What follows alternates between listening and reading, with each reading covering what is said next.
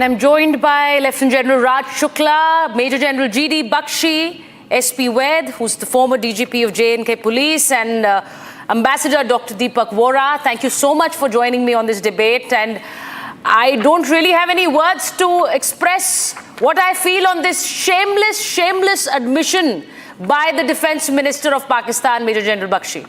A fact that I think the whole world has known. Do we have any doubts on who's been the nurturer of terrorism in the world? And he's now openly speaking to the world, telling them that we've done this for 3 decades. Absolutely right you are. You know, the Pakistani military civilian establishment is now showing signs of panic. They don't know what they are blabbering, right? They are exposing themselves, implicating, incriminating themselves with every stupid word that they utter. Here is the Pakistani Defence Minister saying, we did it for you for 30 years. Of course we raised terrorists. Of course we nurtured armed and trained terrorists, and we fought the Soviet Union, and then we very cleverly siphoned off most of the weapons and used them against India. Of course we did it. You know, starting with a stupid lead set by Mullah Munir, you know, when he went on a civilizational rampage, you know, telling us about the differences between Hindus and Muslims and about the new Riyasat-e-Madina that had been established in Pakistan, whereas the original, you know, where Islam originated was Saudi Arabia. Let me remind you, they are modernizing, they are liberalizing, their women are getting education, they are being allowed to drive. I was in Abu Dhabi. They have had the sheikhs, the very liberal and very well-educated sheikhs have permitted the construction of a Lakshmi Narayan temple in Abu Dhabi.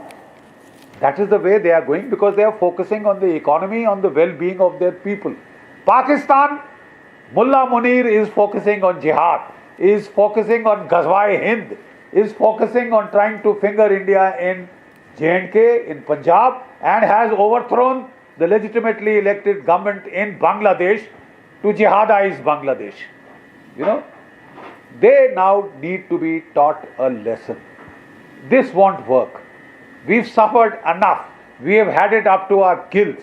We have seen our girls crying over the dead bodies of their husbands who were shot in front of their eyes, in front of their children. You got some paying back to do. Munir Saab, in your quest for getting an extension, you know, no army chief in Pakistan wants to retire. But the fact is, they are all very keen to start an India-Pakistan war to avert retirement, to get extensions. A very costly way of getting an extension. He's come running back from Kazakhstan, you know. That is where he had gone in the cool climate. It's very hot in Islamabad and Rawalpindi. He had to come running back. You know, the first order he gave was that the military, the Air Force squadrons in Karachi, they were moved to Skardu. He's very sure the main attack is coming in Gilgit-Baltistan. No, but G.D. Bakshi, Major General G.D. Bakshi, you said that it is hot in Islamabad. There is no doubt to my mind that it is going to only get hotter, because Lieutenant General Shukla is sitting here. Absolutely. And what I really want to, what I want to say is, Lieutenant General Shukla, Pakistan knows that there has been a diplomatic strike, but it also knows that there is no way that they can stop a military strike from happening. Now, the way in which it happens is a thing that the government will decide. But the words that came out from Narendra Modi, the Prime Minister, yesterday in Bihar, it is very, very clear that there is a big strike coming. And Asif Munir knows that. Shahbaz Sharif knows that. And is there any doubt in their minds? They're all rattled in Pakistan right now. You're absolutely right. So, you know, just let me make 4 quick points in terms of how I see the situation.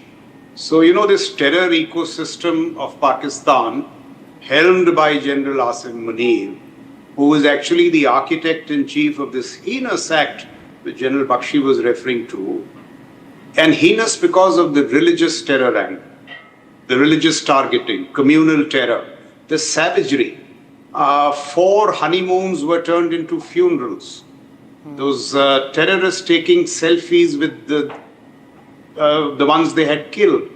And the man responsible for the savagery is General Asim Munir because of his dog whistling on the 16th of April 2022. So this is the reality. Now the Indian statecraft has no option but to respond. And so what have we done? One is by freezing the Indus Waters Treaty.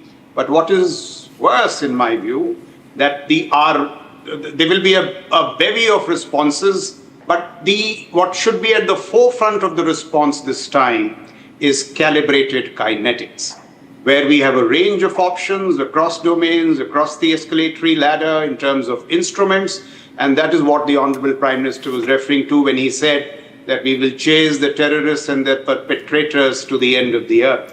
And this was, Mr. Rajnath Singh, I think earlier yesterday, said something similar, that not only the perpetrators, but those behind the curtains. And why we must do it is for 2 reasons.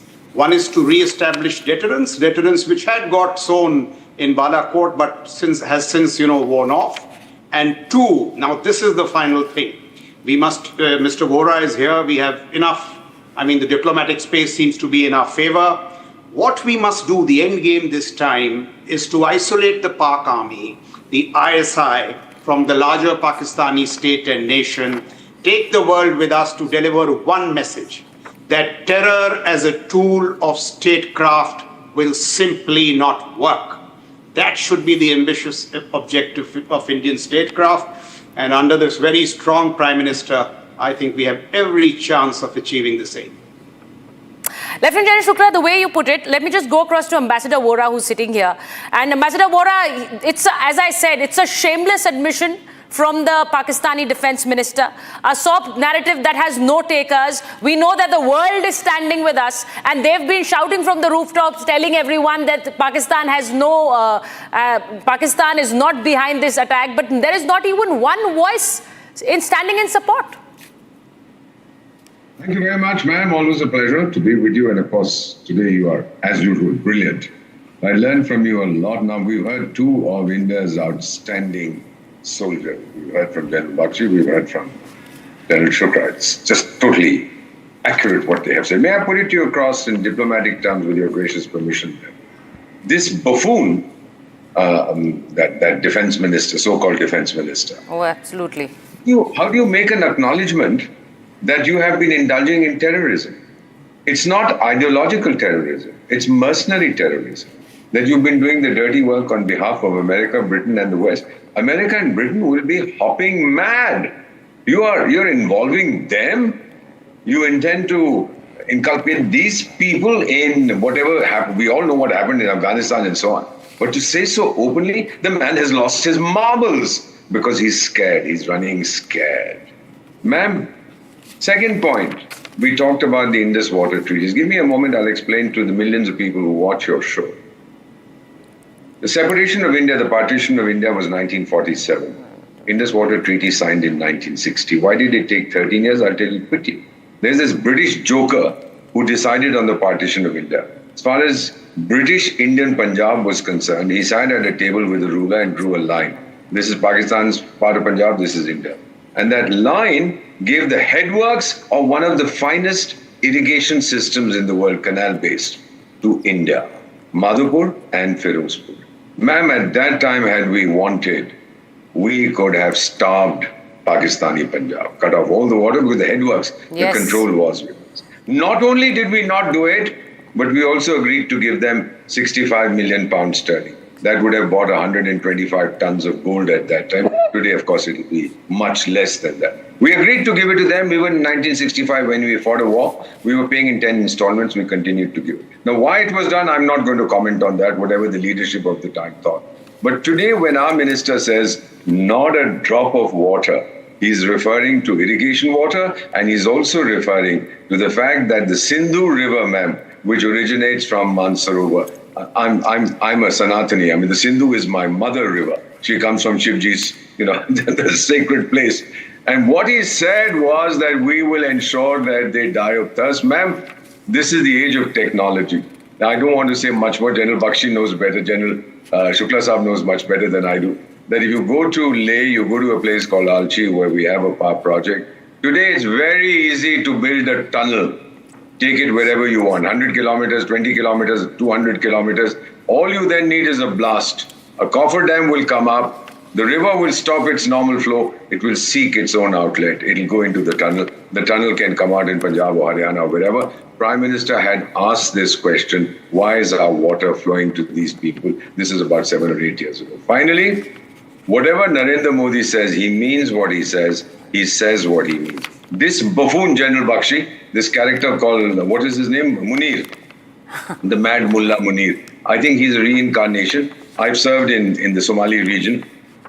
1900 to 1920, there was a chap called the Mad Mullah Muhammad, also a Hafiz, also a Haji, also a general, also everything, sent thousands of his people to their deaths because he believed in jihad. And this Mad Mullah Munir plans to do the second. Ma'am, my prediction, we're not in the business of making predictions, but this buffoon, by exposing his country, he's probably going to get a kick where it hurts him, that's in his rear, in the next 3 or 4 weeks. He will go, ma'am, either shot by his own people or booted out by his own people. Ambassador Vora, the way you're putting it, it's in the days to come. They all know it in Pakistan, and that is exactly why they're rattled. They all know that there is a big response coming their way. And the news that I'm just getting in, Army Chief who was in Kashmir today, and there are some decisions that have been taken. They've been taken, additional special forces unit to be deployed in Kashmir and small team of para to be sent to forests of Kashmir for an ambush. The second step that has been taken, the Indian Army along with Jammu and Kashmir Police will form a special coordination team for coordination and seamless operations in Kashmir. And the special focus will be on the upper reaches of Shopia, Kulgam and Anantnag. And the third big decision is that the GOC Victor Force, Northern Army Commander, will brief the Army Chief twice a day on the counter-terror operations. Let's just go across to my colleague Gursimran, who's joining me from there. Gursimran, just tell us what's the latest on the ground operations that are taking place. See, Sucharita, there have been some key decisions that have been taken during the day-long visit of the Army Chief General Upendra Dwivedi to Jammu and Kashmir. General Dwivedi knows Jammu and Kashmir to the back of his hand, reason being that he has been the Northern Army Commander here at the Udhampur. And today, during the meeting, some key decisions have been taken that includes the induction of the special forces in the Kashmir Valley. Earlier, 9 para, 6 para, 2 para, along with the 1 para, they have been operating in the Kashmir Valley. But now it has been decided that at least 3 units of the special forces will be inducted in the Kashmir Valley, and they will be operating in a small hit units that will be deployed in the dense forested area so as to ambush the terrorists that take the advantage of the dense forested area. Second decision that has been taken is that the Jammu and Kashmir Police with the Indian Army will form a special coordination team that will focus on the seamless sharing of inputs and the real-time analysis of the situation so that the terrorist can be neutralized. And the special focus will primarily be on the upper reaches of the Kulgam, Shopia and Anantnag, because that connects to the Pir Panchal and the Chenab Valley of the Jammu region. The terrorists have been seen flowing from the left to the right, from the Kashmir to Jammu and Jammu to Kashmir after carrying out the terror attacks. And the third decision, that the GOC Victor Force under whose command the South Kashmir comes, he and the Northern Army Commander will be briefing the Army Chief twice a day. This is at least twice a day, not that the maximum twice a day, subjected to the situation developing, but they will be briefing him on twice a day. That means the real-time situation will be delivered to the top brass of the Indian Army, that will further do it to the Ministry of Defence. So does the Union Home Ministry and the Prime Minister's office. So this is to ensure that there is a regular communication and also the strengthening of the boots on ground by the Indian Army. We know it, and so does Pakistan, that there's something big coming. The Army Chief is in Kashmir, is in Srinagar. Thank you so much, Gursimran. I go across to former DGP J&K Police, SP Vaid, who's joining us. Sir, you know this terrain like no one else. You've led operations here. Now, there is a big ground operation that is going on here right now. More than 100 OGWs been taken into custody. But how do you see this? Because a big tactical operation required right now.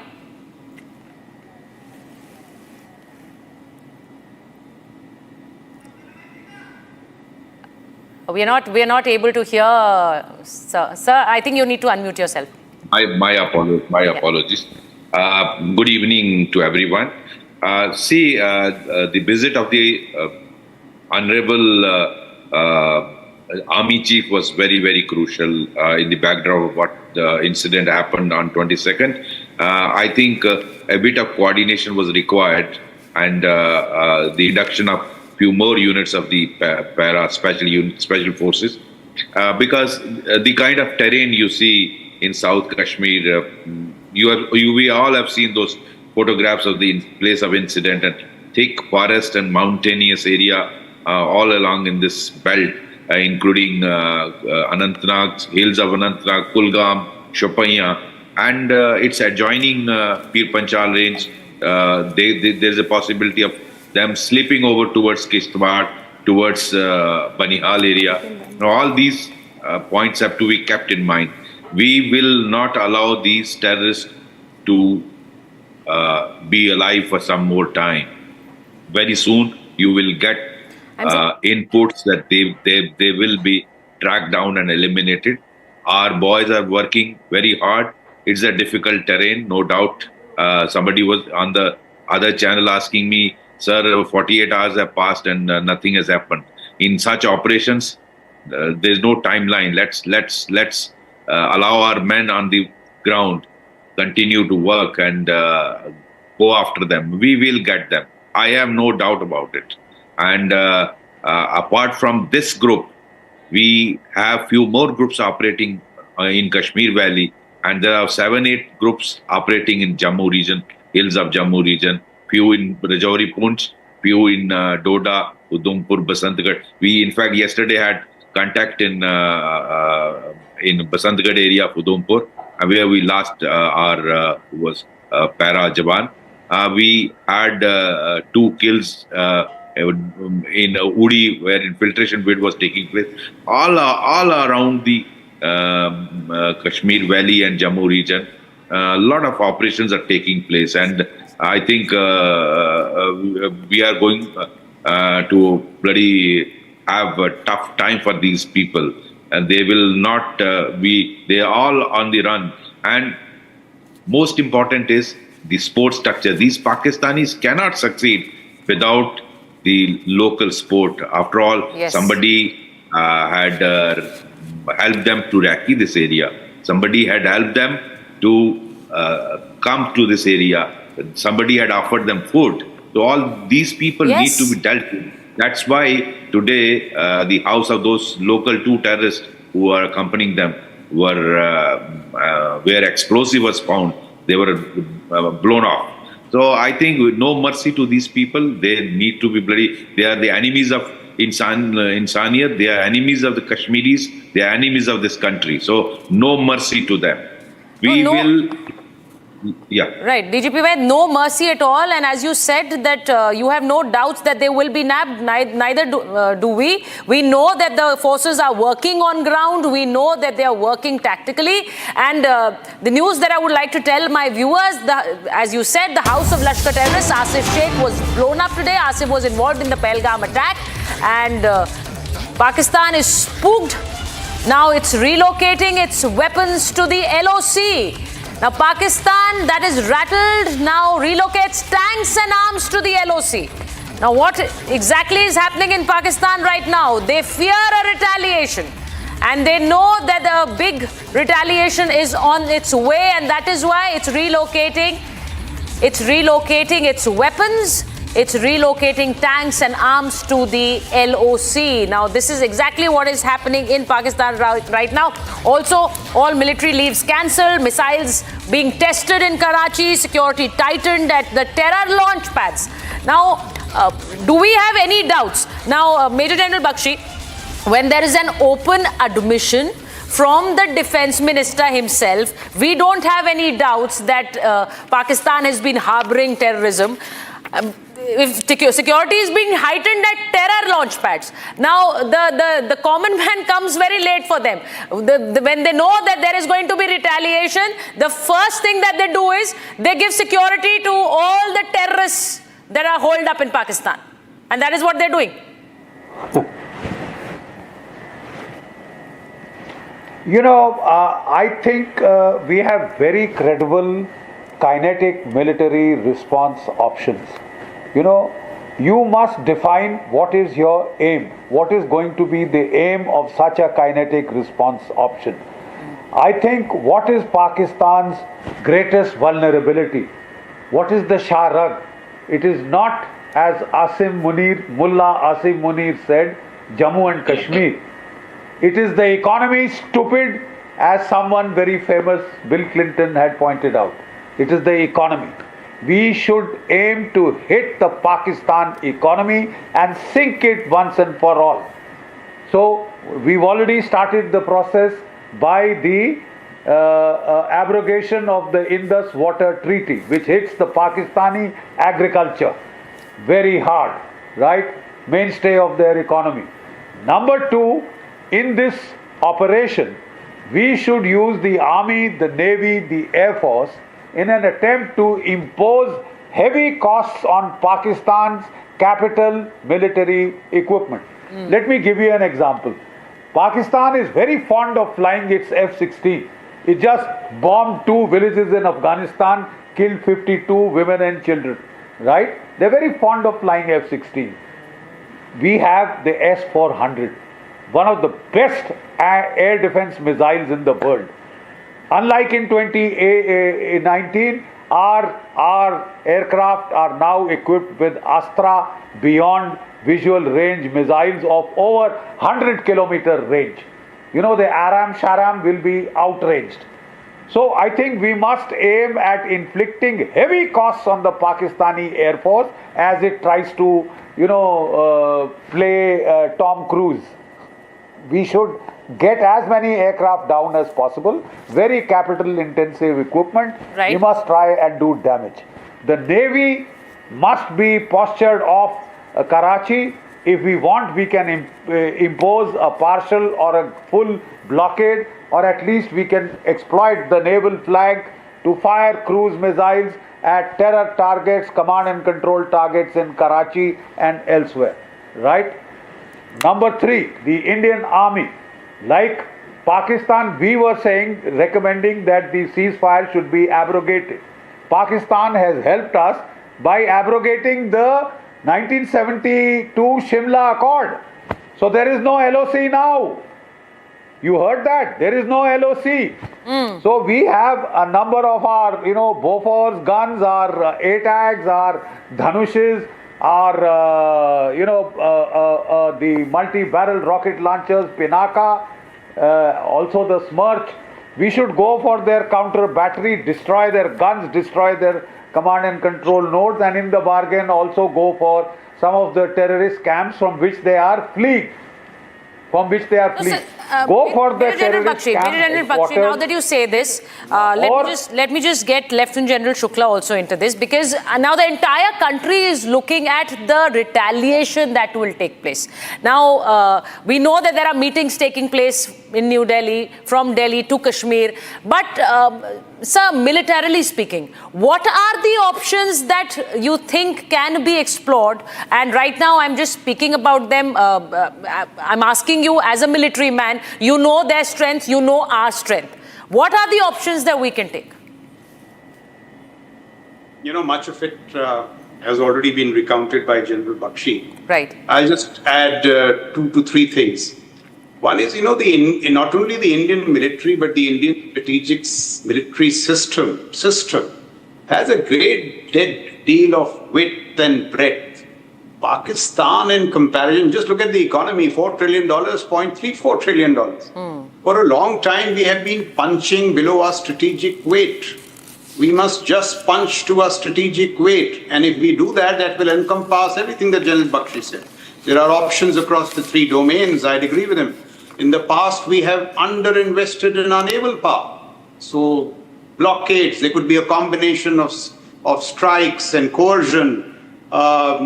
I would think we must target this whole terror array, which means not only the terror camps, the launch pads, but the Pakistan ISI installations, their command centers, isolate the terror apparatus from the larger Pakistani state. So there are a number of options. And the last point that I wish to make is that now that we are into this business, it could be escalatory. It could be a long haul. So we have to develop the resilience, look at our supply chain, statecraft, look at our inventories to prepare for a long haul. But in aggregate terms, I would say Pakistan, by its very dastardly action, has left us with no option, and therefore this is a seminal moment for our statecraft, for all our levers, diplomatic, military, economic, what has been done with the Indus Waters Treaty, to get together and to show this. At the end of the day, what is Pakistan? It's a pest. The larger threat is to our north. So we must show Pakistan why it is a pest, because it is a grave provocation what they have done, the savagery and the heinousness of the crime. And they know that, Lieutenant General Shukla. I think they know it very well, and that is exactly why, as I said, there is a fear of retaliation in a significant step towards the development of the next generation station hypersonic missiles. India has successfully carried out ground tests of the scramjet engine for more than 1,000 seconds, say government officials. Now, this is a big step in the development of the next generation missiles that has taken place today. India has conducted the ground test for scramjet engines. We know that the Indian Air Force is carrying out the exercise Akraman. We know that the Indian Navy is active in the Arabian Sea. And now the next generation missiles also being tested. It is also a message that is being sent out to Pakistan and to the rest of the world that what the mighty can do. Now, I think Ambassador Vora, I've said this earlier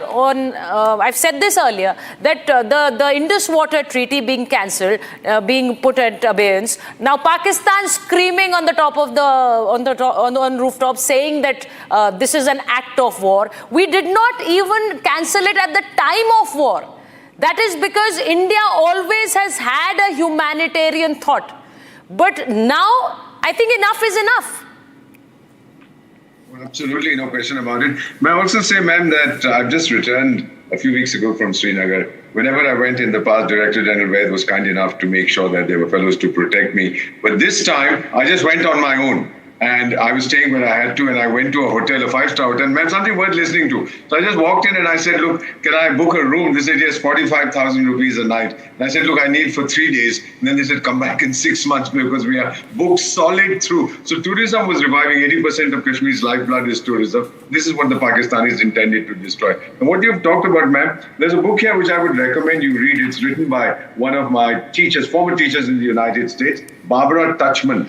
She's dead now. This book was released in 1984 when I was there.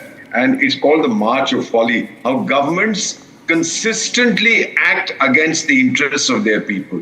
This buffoon, this mad Mullah Munir has done exactly that. He's caused enormous damage to his own people. By the way, I speak fluent Arabic. And I was listening to this joker address overseas Pakistanis talking about the Quran and this and that. I couldn't understand a word of what he was saying. He was reading the Arabic version of the Quran. I don't think he even speaks Arabic. He's semi-literate, this buffoon. And so what now is going to happen, ma'am, as you said rightly, enough is enough. Now, I conclude this, ma'am, because you're running out of time.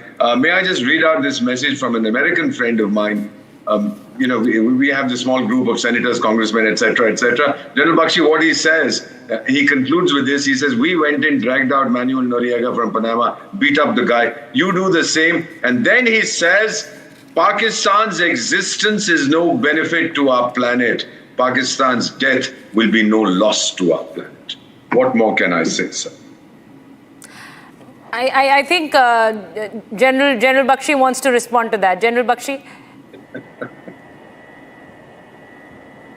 I heartily endorse Ambassador Deepak Vora's views on the subject. We have had another American friend of ours, Martin Rubin, who said that if you put lipstick on a pig, it remains a pig. And he has equated Mullah Asim Munir with Osama bin Laden. The only difference, he said, was Osama bin Laden was hiding in caves in Afghanistan, Tora Bora, etc. This man is living in a palatial bungalow. He just doesn't want to leave. He wants to hang on tight. If it means bringing the subcontinent to a war, so be it. This man loves the fishes and loaves of office. They all do. They all do, and they come to grief. They come to grief. That is exactly what is going to happen to Pakistan. Okay, I think there's a good repartee going on between you and Ambassador Vora. Ambassador Vora wants to say something. Please go ahead before I get DGP into the debate.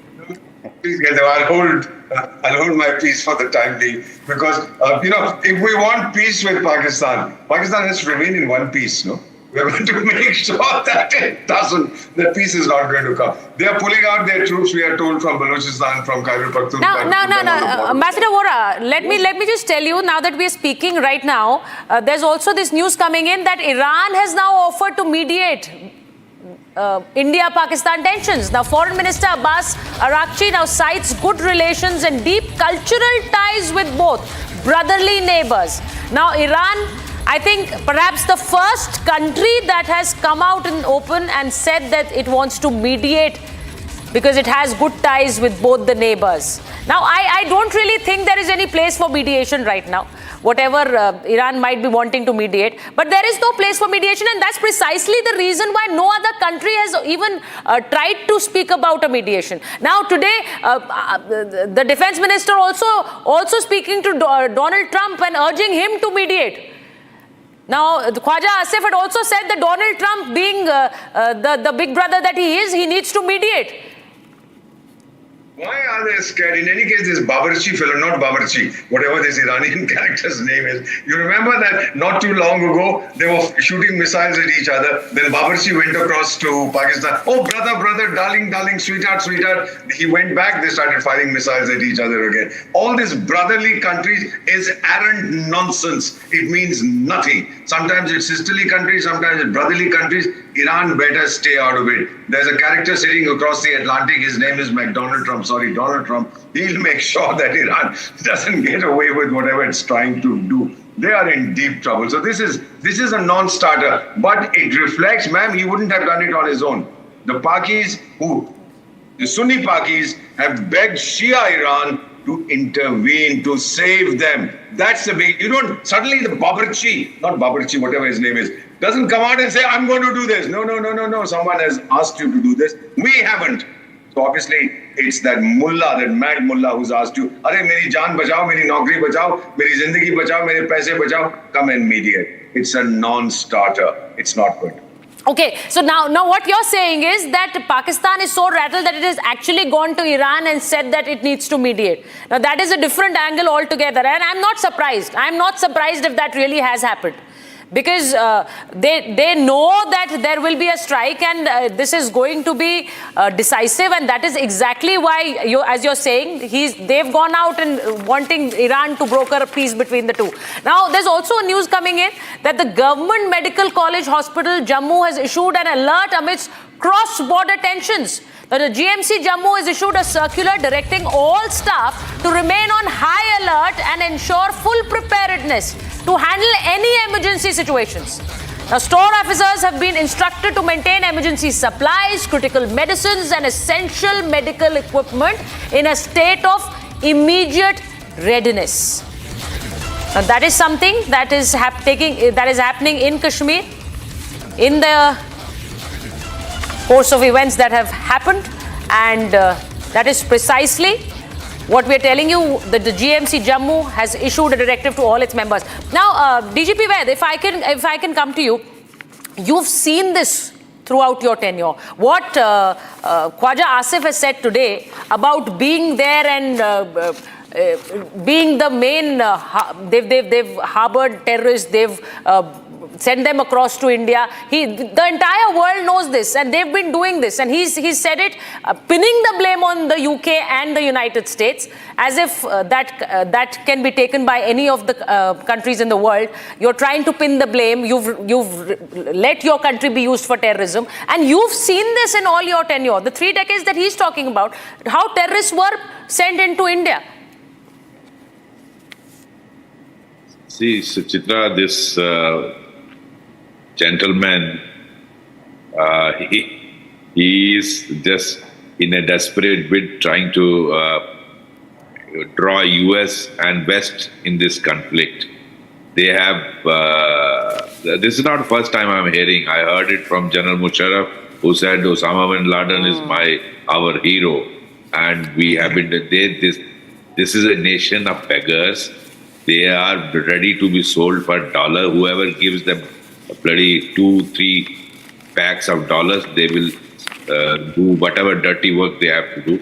And as General Bakshi was saying, they diverted some of those equipment and money which came and started this Kashmir terror industry.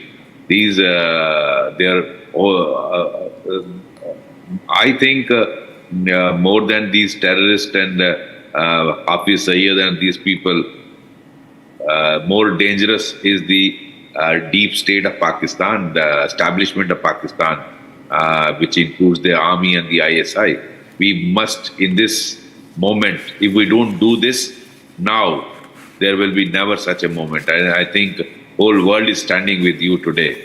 Whole country is accepting few exceptions in this country. Most of the political spectrum, people are standing together with the government. If we don't do it now, there will be no such moment, and you will not be able to do it. The government will not be able to face people. This is the moment. We must teach them a lesson and break the backbone of Pakistan deep state, that is Pakistan army. I mean, teach lesson to this Mullah Asim. This cannot be a coincidence that he makes a speech like this 3-4 days before this incident happens. And this very establishment arranged the visit of the Hamas terror leader to POK and interacted with LET cadres and Jash cadres. That time itself, a bell rang up in my mind that these bastards are planning something on the pattern of Hamas attack on 7th October in Israel. And I see footprints of that. This is almost that kind. It may not be of that scale that 1,100, 1,200 people died. Numbers may be less, but here circumstances are different. It's not Israel border. Here, eyeball to eyeball deployment is there. They cannot puncture the LOC the way they punctured in Israel. So here, things are different. Terrain is different. Circumstances are different. But it may be our Pulwama 2 moment, but it has definitely the footprints of Hamas 7th October attack. And I think our response should be like Israel. I have been saying this right from the beginning. Let's not discuss details on the media. The people who are in charge of our armed forces will decide what to do, where to do, and how to do it.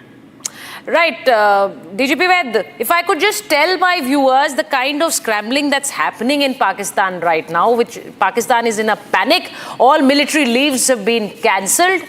And what really is happening, missiles are being tested in Karachi, security is being increased in Bahawalpur, tightened security at the Jaish headquarters, the one that I cited right now, and increased patrolling in areas near the border, more aircrafts being deployed at air bases, increased movement of logistic aircrafts. All this is happening in Pakistan.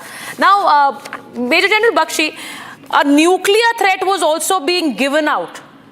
And a former diplomat from Pakistan very clearly saying that if you have a traditional war, you cannot win with India. So the only way to win is a nuclear bomb.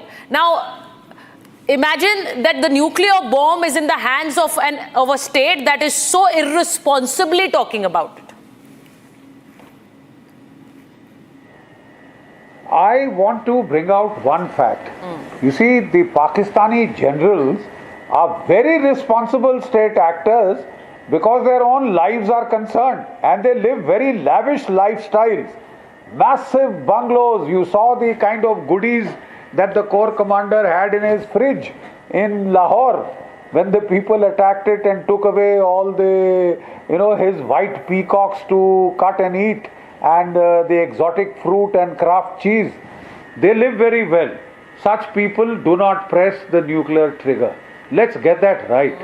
They are not non-state actors. They are not starving mullahs, from the backwaters of Karachi or Lahore. They are the princelings of Pakistan, right? They won't press the nuclear trigger. They love the life of luxury that they have. In Kargil, we fought for 3 months. I want to ask people how many bombs fell in nuclear bombs, आधे पाव का, डेढ़ पाव का, 2 पाव का, as somebody very famous said in Pakistan or New Delhi. You forget Kargil is passé, is now dated. Russia-Ukraine war. Russia has the largest nuclear arsenal in the world. They've been fighting for the last 3 years plus. How many bombs, nuclear bombs, have you seen fall on Kyiv or any European capital for that matter? It's easy to talk of the nuclear option. You see, it is virtually impossible to do it in a situation of symmetry. It's not Hiroshima, Nagasaki, where only the Americans had the bomb. But there's also an admission that you cannot win the traditional war. They know it. There is also an admission on ground that you cannot win a traditional war. They know it. General Saab. No, that is very important. That is extremely important what you have said.